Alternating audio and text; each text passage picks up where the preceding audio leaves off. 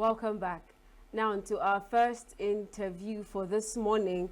We're discussing the resurgence of banditry and terrorism in Nigeria in light of all that has been happening, all the kidnaps, all the banditry cases. This morning we want to have an overview on the resurgence of these vices in Nigeria. And discussing this with me this morning is Dr. Babajide Babasanya. He's a public analyst and he's here with us this morning. Good morning, Dr. Babajide Babatunde. Good morning. Right. How are you? Good morning. Good morning. How are you today? Thank you. All right. So we're discussing banditry and terrorism. What do you think is the driving surge? What do you think is driving the surge of banditry and terrorism in Nigeria in recent times? Well, if I'm going to say one factor that binds them together is the economy. Do you understand? Economy. The economy of insurgency is a lucrative business if you do it. And I'll give you an example. I mean, if you kidnap 20 people, and you ask for 100 million per person. By the time you have kidnapped 20 school pupils, it becomes a government of matter. And so you do 100 million. By the time you look, negotiate, talk. Maybe at the end of the day, you go back to maybe 50 million. That's $1 billion, Easy. That's $1 billion. Tax-free billion. You know what $1 billion means? Yes. If you spend $1 million every day in $1 billion, you will have to spend it for 1,000 days to get it off. 1,000 days is more than 2.5 years. So $1 million every day for 2.5 years. That's how you get to spend $1 billion. So if you want to talk about the single driving force, it's like selling cocaine. All those cartels that are selling cocaine, that are selling heroin. It is the economy. It is a singular, profitable business. Make no mistake about it. Profitable. The only people that suffer are the people that you don't know and you don't care about. Those are the victims. So I have not had a scenario where a bandit has cared about the people that they are going to kidnap. In fact, they don't bother. So they just kidnap and they move on. So the people that sell drugs too, they sell drugs and then they just realize that if you sell drugs, their families don't go take drugs. No, they don't. It's somebody else's family that is buying the drugs. It's not their own. Even if, in fact, it is settled among the cartel. If you are a dealer for a cartel and you start using the product, they will kill you. Because automatically, you are no longer trustworthy. So economy is the primary directive here. Number two, and this follows very closely with economy, you see, because with a lot of money, you can buy a lot of things. And that leads to what we have in Nigeria called impunity. In Nigeria, whatever happens, nothing will happen. So let me give you an example. Chibok in 2009, they kidnapped 300 schoolgirls, secondary school girls that were waiting to write WAEC. Is that not the story that we had? Yes. That was the story that we had. All right. So now let's do the arithmetic together. If anybody had been to Chibok, I mean, these are northern stuffs. If anybody had been to Chibok, you realize that it's not like Lagos. It's not like Central District Abuja. It's not a place where there are tarred roads and all around that. No, there are bypass, footpaths, Okada paths. So, how do you kidnap 300 schoolgirls? Do you put them in a bus? An average coastal bus will sit around 30 people or less. Let's say, because they are small children, let's say it will seat 40. Let's say 50. Let's say 50. Because they are small girls. They are not adults. So you can pack them like sardines. 50. If you pack them like sardines in an average coastal bus and you sit 50 pupils in a bus, do you know how many buses it will take you to fetch 300 girls? 6. 6 buses. How many armed men do you think it will take you to fetch 300 schoolgirls? How many? To round them up. Don't forget, these were girls in their hostels. The hostels were the home advantage side for the girls. The girls know all the paths that lead into that school and out of that school. They've been in that school minimum, at least for 1.5 years. Minimum. These guys are coming in. Yes, maybe they've done some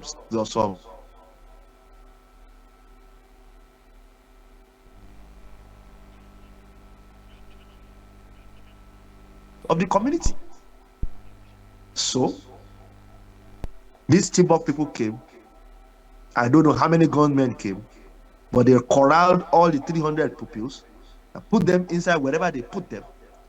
And are you telling me that in Chibok, with no major road, 6 buses, 6 coastal buses will move in convoy, led and followed and surrounded by, I will count at least 100 Okada. 100 Okada will take 200 armed men and 1 rider. So 2 people will carry gun, 1 person will be riding the Okada. So that anything happens, the Okada man can be going, and then the person can carry gun, can come down. And so it takes all that logistics to move 300 unwilling girls in 6 buses. And they went through the town. They didn't get to any police checkpoint. They didn't get to any army checkpoint. They didn't get to anywhere. They didn't pass by the farm of the girls. No. They didn't pass by the hometown of any of the girls. No. They didn't pass anywhere where the girl would say, that's my area now. No.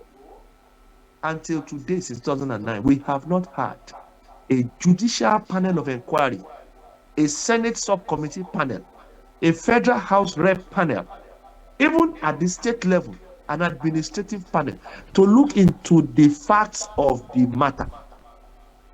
Those girls were kidnapped for free. Hello? I can hear you. All right. So that's the first signature of impunity right there. Nobody had been summoned to say, okay, at that time, where were you?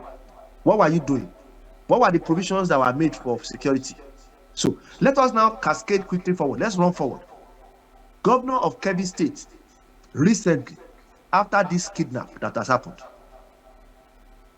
was purported to have said, and this was a statement that was echoed at the Senate of Nigeria, Senate chambers of Nigeria, by Senator Einaya Abaribi and Adams Oshiomhole, that the fact of the case, by them,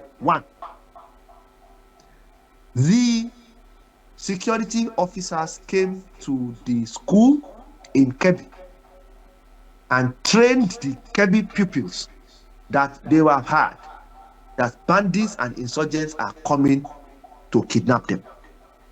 They are going to meet the bandits and insurgents there. When you hear gunshots go down, don't look at the window, don't look for anything, just avoid stray bullets. So everybody, we are happy. Are we not supposed to be happy? Security men have come. They've told us they are here. 30 minutes before the arrival of the bandits, the commander of the task force withdrew his men, and the Boko Haram or whatever the characters were, they came. And what did they do? They did what they had to do, unfettered, unrestricted, unchallenged. Till today, we have not heard of a military panel set up. We have not heard that the House of Rep, Army, Subcommittee on Army, or the Senate Subcommittee on Defense, or any of those committees, none of them had come out to say, no, wait, there's something wrong here. Let's interrogate what happened. I can remember more than 3 occasions when the Senate had voted billions of dollars for the army, and they have to taken the money.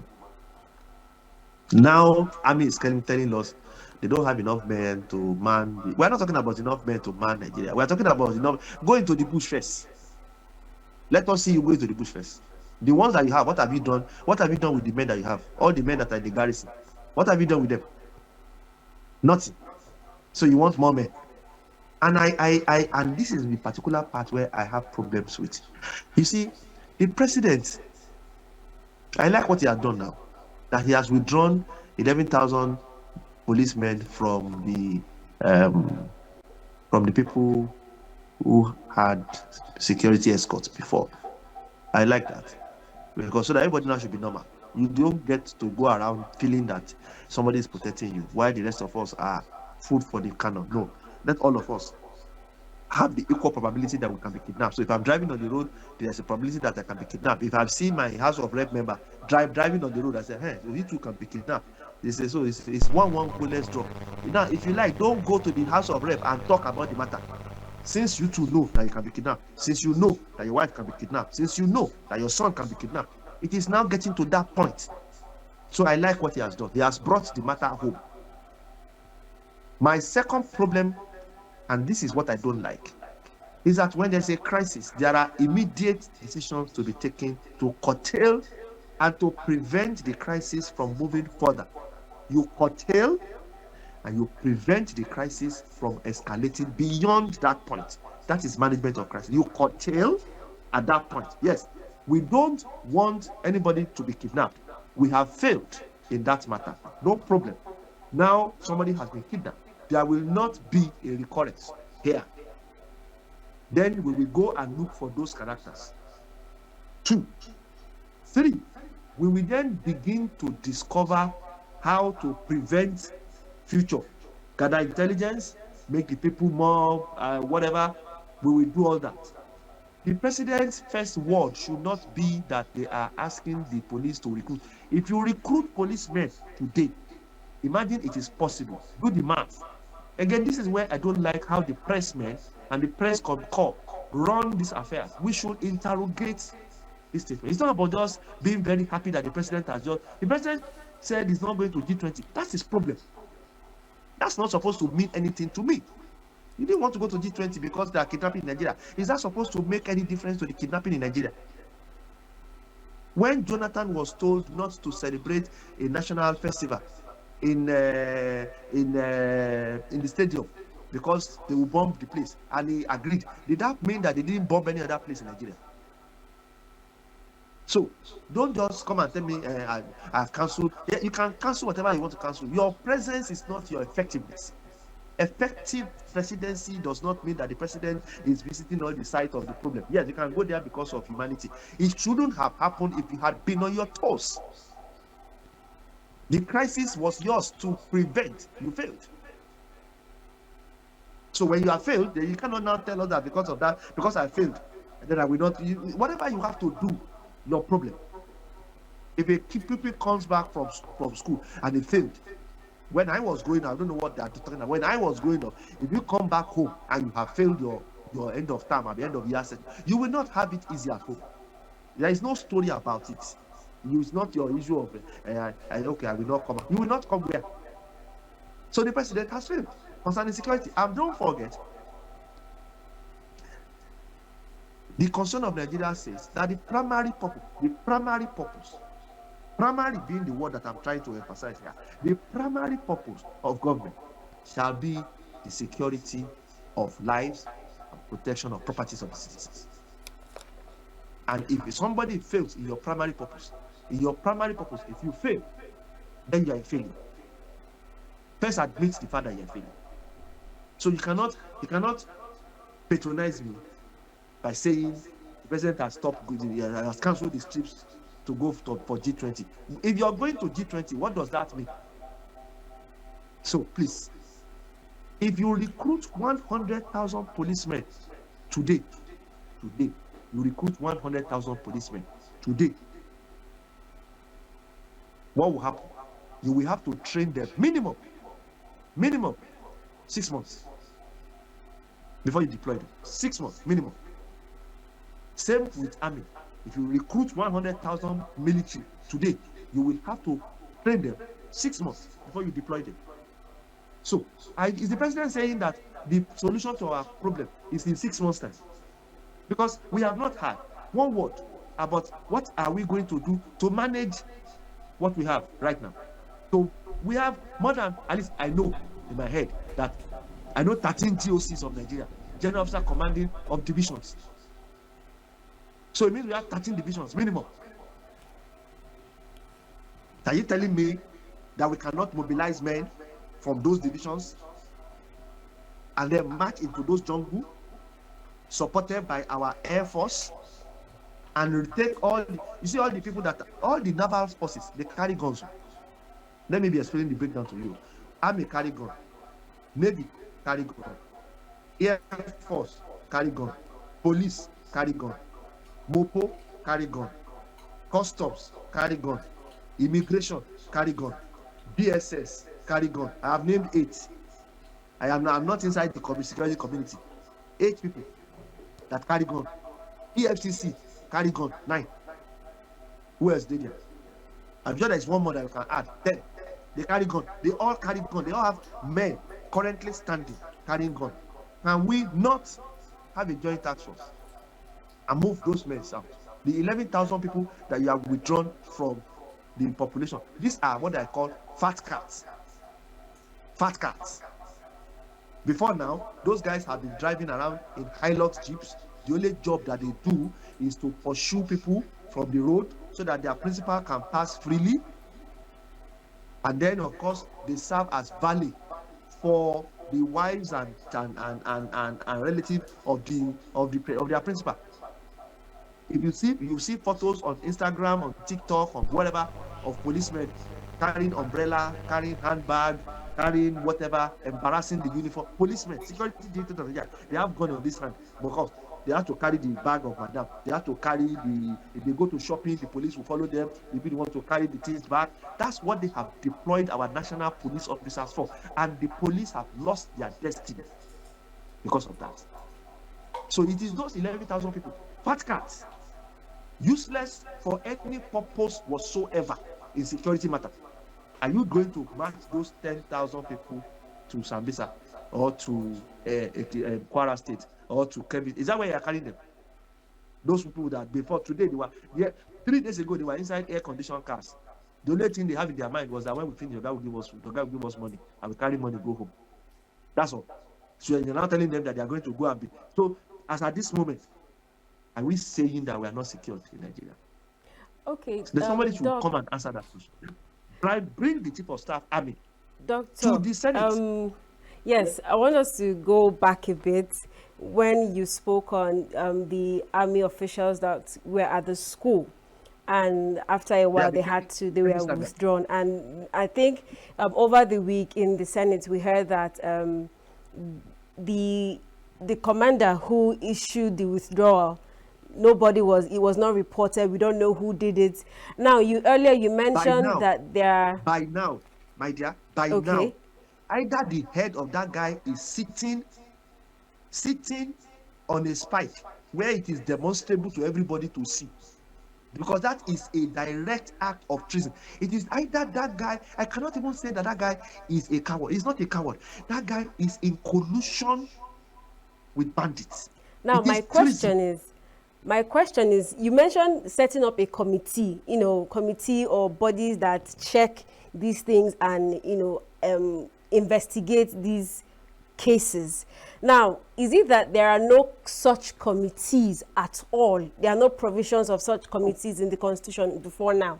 There are Senate committees of Army, House Committee of Army, of Navy, of Air Force, of Police. That is how they pass budget. If they bring the budget of army to the assembly, that is how the army's budget is passed, because this is where the army goes to defend their budget.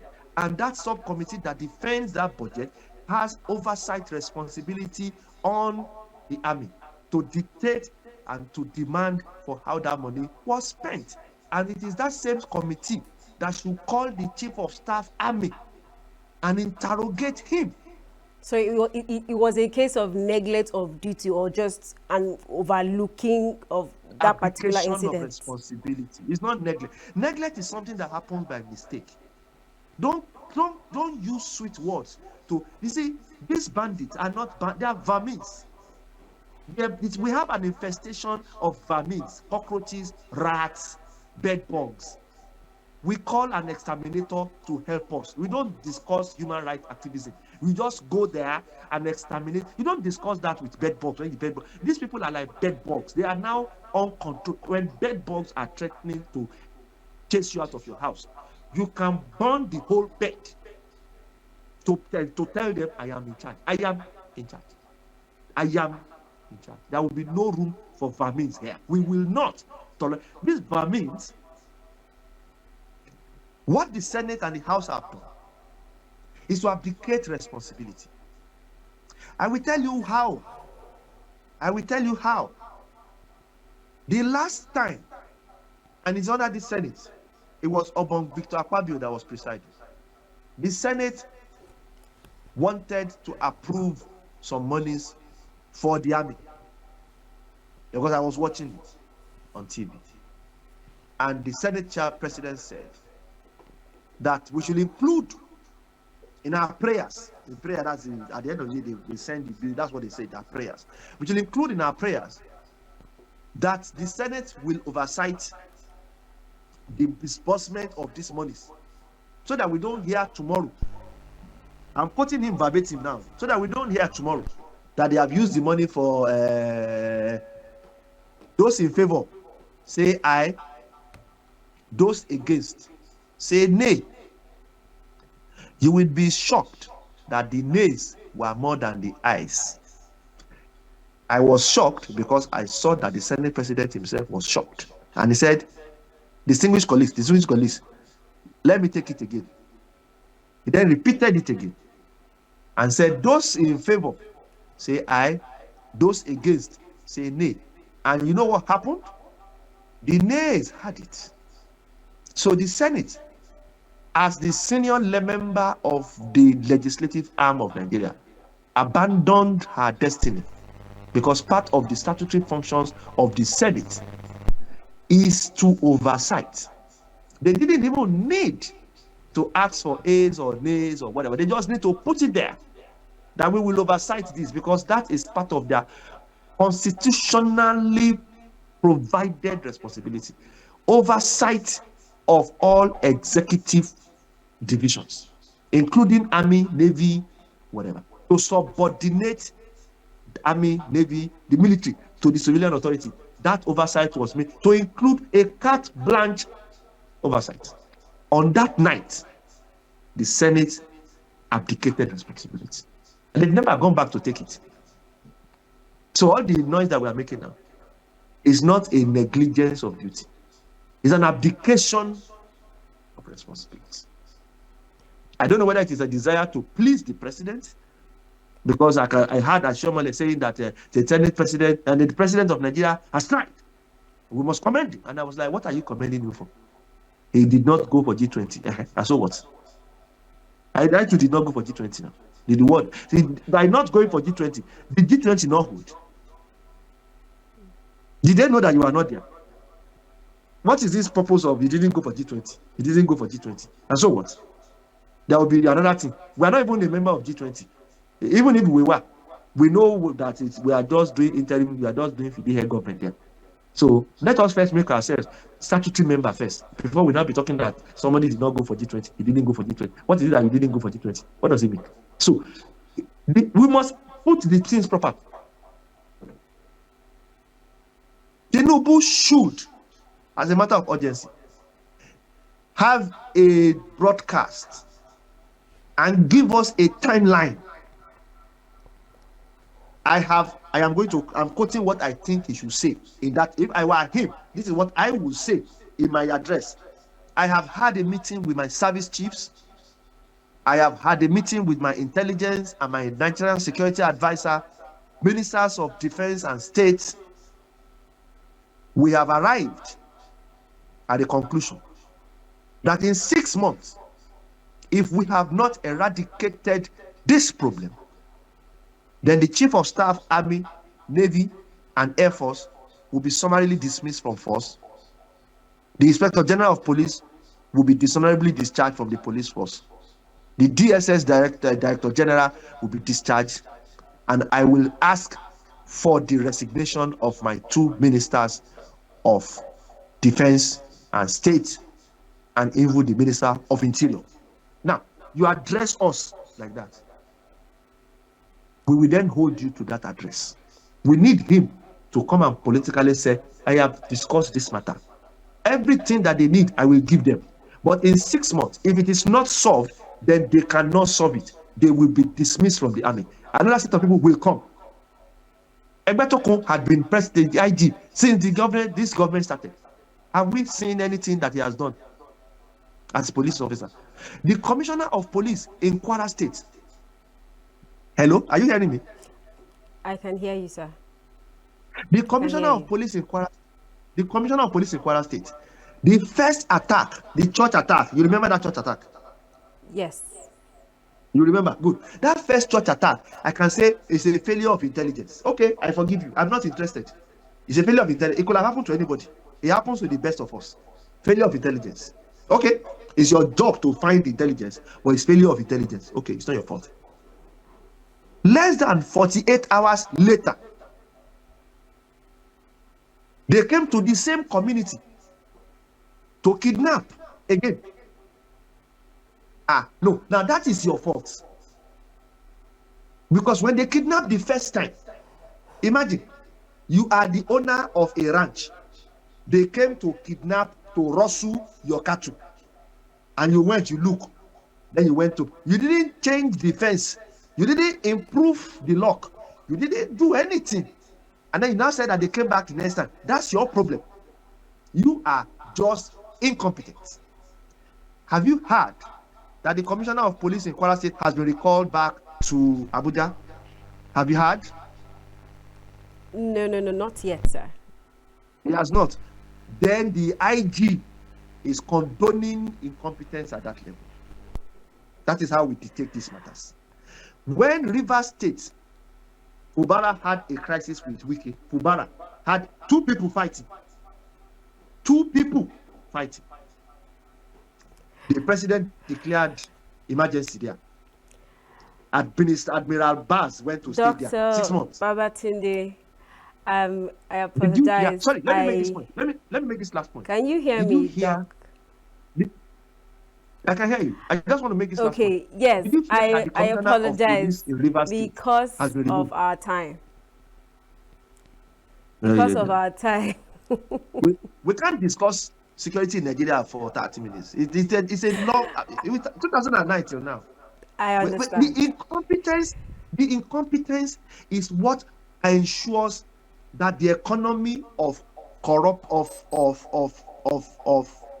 Haram's banditry will continue. It is the sheer incompetence in our government, executive, legislative. The judiciary is not even their fault. Maybe it is the case that they bring to them that they will try. Whether they bungle that one or they don't bungle that one is not a problem. But the executive and the legislative have failed. And when they fail, thank you. We suffer. Thank you so much. Thank you so much for joining me this morning. Some other time we would sit down on a wider table and discuss banditry and terrorism. I wish that some other time. But I wish that some other time.